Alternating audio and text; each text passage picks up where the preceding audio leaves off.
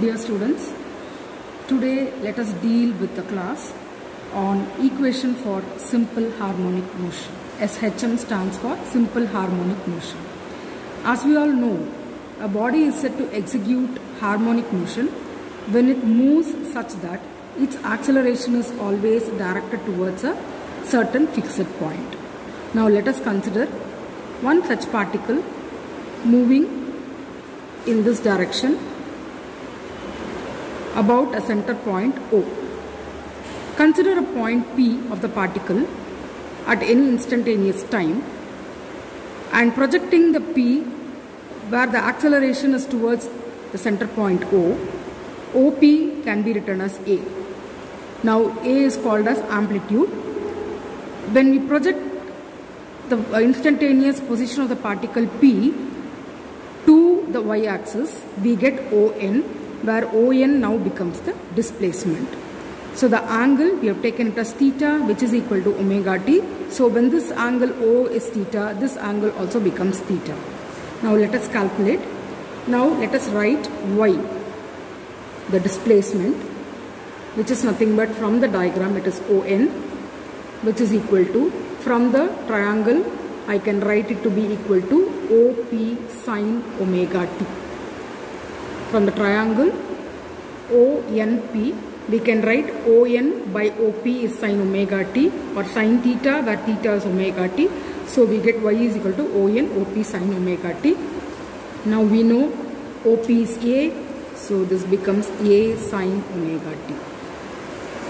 Now let us find the velocity. We know velocity is dy by dt. So differentiating A sine omega t with respect to t, we get A omega cos omega t.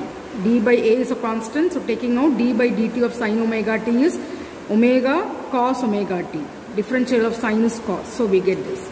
Now let us write the acceleration A, which is nothing but dv by dt. That is also equal to the second derivative of the displacement dy by dt square, d squared y by dt squared. Now differentiating this again with respect to t, we get, when you differentiate cos, you get a negative sign. So I have minus A.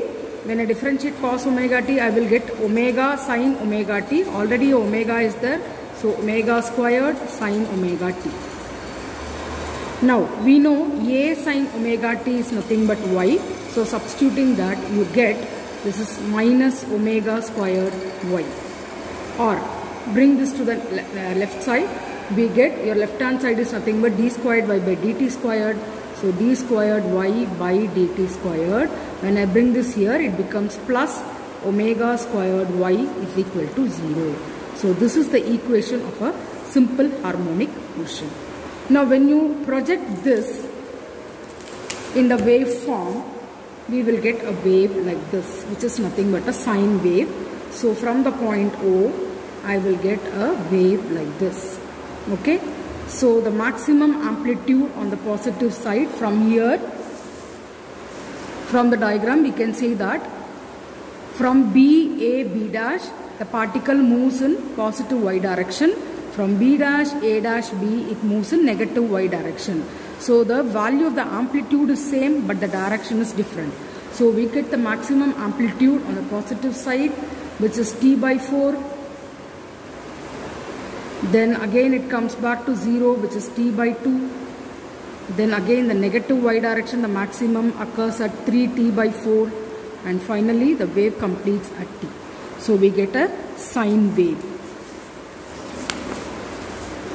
Now when we apply the value, that is theta equal to 0, 90, 180, 270, 360, that is one complete cycle, we get the value of t, the time period, the displacement, velocity and the acceleration. So when you apply, you get the value. That is when t equal to 0, your y is 0, v becomes a omega, because you are applying here. dy by dt is a omega cos omega t, cos 0 is 1, so I get v is equal to a omega. So likewise we get the acceleration. Similarly, you can substitute all the values, and with this table you can draw a graph which will give you a sine wave like this. Okay. Now let us move on to calculate the energy of a simple harmonic motion. What is the energy associated with the SHM? Now let us consider a particle of mass m. Okay, we already know the acceleration is nothing but d squared y by dt squared. Now we also know from the equation of SHM, d squared y by dt squared is nothing but minus omega squared y. Okay, let us start from this equation. D squared y by dt squared is equal to minus omega squared y. How did I get this? This is the equation of SHM. Now let us calculate the force required to maintain the displacement y. Okay, so we already know force is mass into acceleration. Now this is my acceleration, so I am going to multiply by m. So m into d squared y by dt squared. Now left hand side becomes my force. This is equal to, since I have got m multiplied in the left hand side, I am going to multiply m on the right hand side also to balance the equation. So minus m omega squared y. Okay, now let us calculate the work done. Work done in making a small displacement dy. Let us calculate now the work done in making or moving through a small distance dy. Okay, so this can be achieved by multiplying the right hand side by dy. So I will get minus m omega squared y dy. Okay, now the energy of any particle associated will have two parts. One is your potential energy and another one is your kinetic energy. Okay, first let us calculate the potential energy.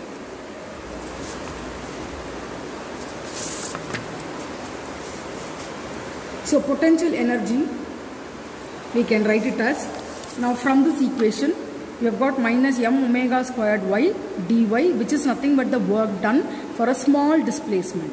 Now from this diagram we know our displacement is ONY, so we need to calculate y. So we can integrate the equation within the limits 0 and 1.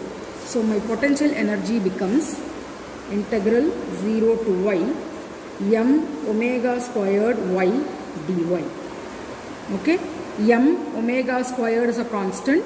When I integrate y dy, we get y squared by 2 within the limit 0 to y. Again when I apply y, the limits, I get y squared by 2. So we get half m omega squared y squared. Why? Because integral y dy is nothing but y squared by 2. Okay, so this is the expression for potential energy. Let us name it as equation number 1. Now let us move on to kinetic energy, Ke. We know the kinetic energy is half mv squared, right? Now we know the displacement y is a sine omega t. V is nothing but the velocity, which is dy by dt. So I can differentiate and get a omega cos omega t. Now in this term I have got v squared. So when I square the equation, I get the term for v squared. So v squared is nothing but a squared omega squared cos squared omega t. Okay. We also know sin squared theta plus cos squared theta equal to 1. So using that formula, let us rearrange. So a squared omega squared. Now sin squared plus cos squared equal to 1. So cos squared is 1 minus sin squared. So 1 minus sin squared omega t. Multiplying, we get a squared omega squared minus a squared omega squared sin squared omega t. Okay, what is this? This is nothing but omega sin omega t the whole squared. Omega sin omega t, sorry, a sin omega t the whole squared, which is nothing but y. So you get a squared omega squared minus a squared. This term is nothing but y squared now. So y squared, or taking a squared outside, a squared into omega squared minus y squared. Okay, this is your v squared. Put this value in v squared for Ke. So Ke is nothing but kinetic energy half m So this should be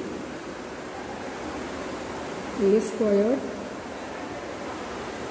This is, sorry, omega squared. So your omega will be out, a will be inside. So half m omega squared a squared minus y squared. So this is the equation for kinetic energy. Now the total energy. Let us calculate the total energy.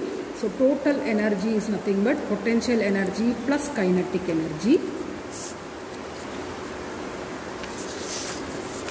So our value of potential energy is half m omega squared y squared.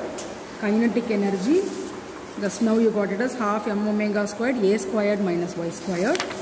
So plus half m omega squared into a squared minus y squared. Now expanding your second term, this is your total energy. So total energy is nothing but, keep the first term half m omega squared y squared plus half m omega squared. I am multiplying, so this becomes a squared minus half m omega squared y squared plus half m omega squared y squared minus half m omega squared y squared gets cancelled. So your total energy of a particle executing simple harmonic motion is half m omega squared a squared. So this is the expression for total energy of a particle that is executing simple harmonic motion, which is half m omega squared a squared.